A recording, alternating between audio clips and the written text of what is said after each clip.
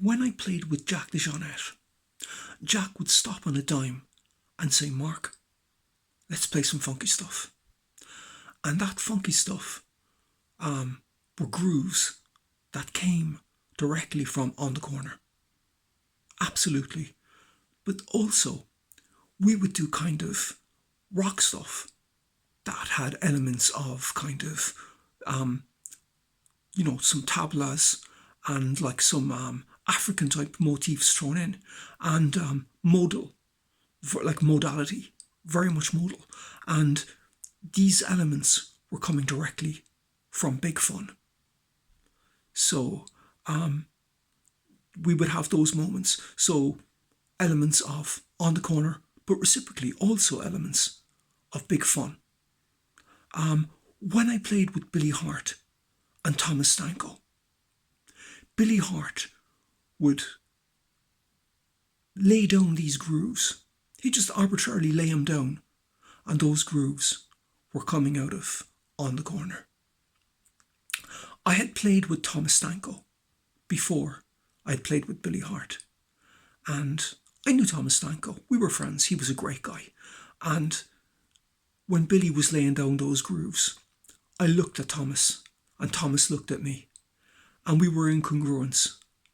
That this was On the Corner, man, and this was the closest we were both going to get to Miles Davis. And also, in that band with Thomas Stanko and Billy Hart, we also played stuff that was kind of, again, modal. And again, Billy was kind of emulating tablas on his drums, also going into kind of African rhythms. And we were playing like rock stuff, again, modal stuff. And we were playing like kind of, sparse trumpet, wah-wah guitar, and this kind of stuff. That's coming out of Big Fun, directly out of Big Fun. When I played with John Herndon from Tortoise in Chicago, and Matt Lux, during the intermission, the people in one bar that we played in the intermission, the owners or the people running the gig put on the Corner, a couple of songs from that, and then they put on a couple of songs from Big Fun. And I went over to John Herndon just before we were going to go on, and I said, John, when we go back on, let's do some of that stuff. And John was like, what? And Matt came over, and Matt said, I got you, Mark. And he kind of nodded and winked, and John was like, got it.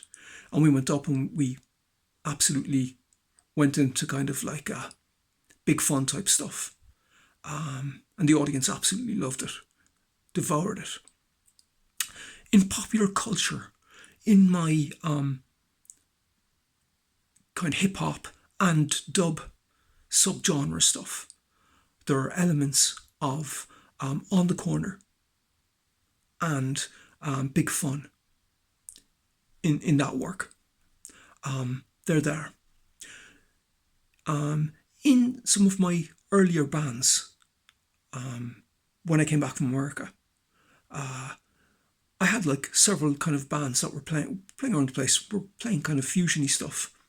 The material that we used in those bands was basically, okay, British brew, yes, but also On the Corner, like funky grooves and kind of chromatic, syncopated, anticipated bass lines, that kind of stuff.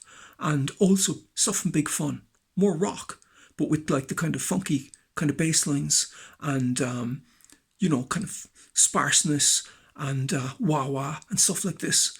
So we had that kind of stuff going on. I also played a gig in the festival here, and that gig was coming out of On the Corner, with elements of Big Fun as well, I might add. But it was absolutely resoundingly, the material we were playing was coming directly from On the Corner.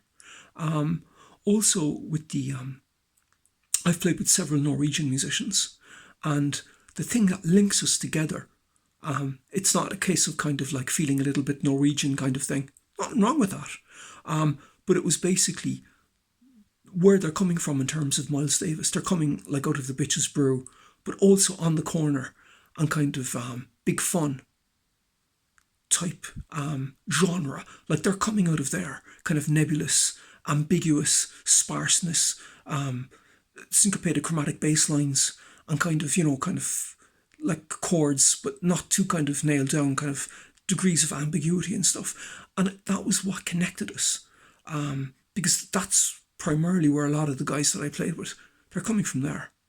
Thank you very much for listening.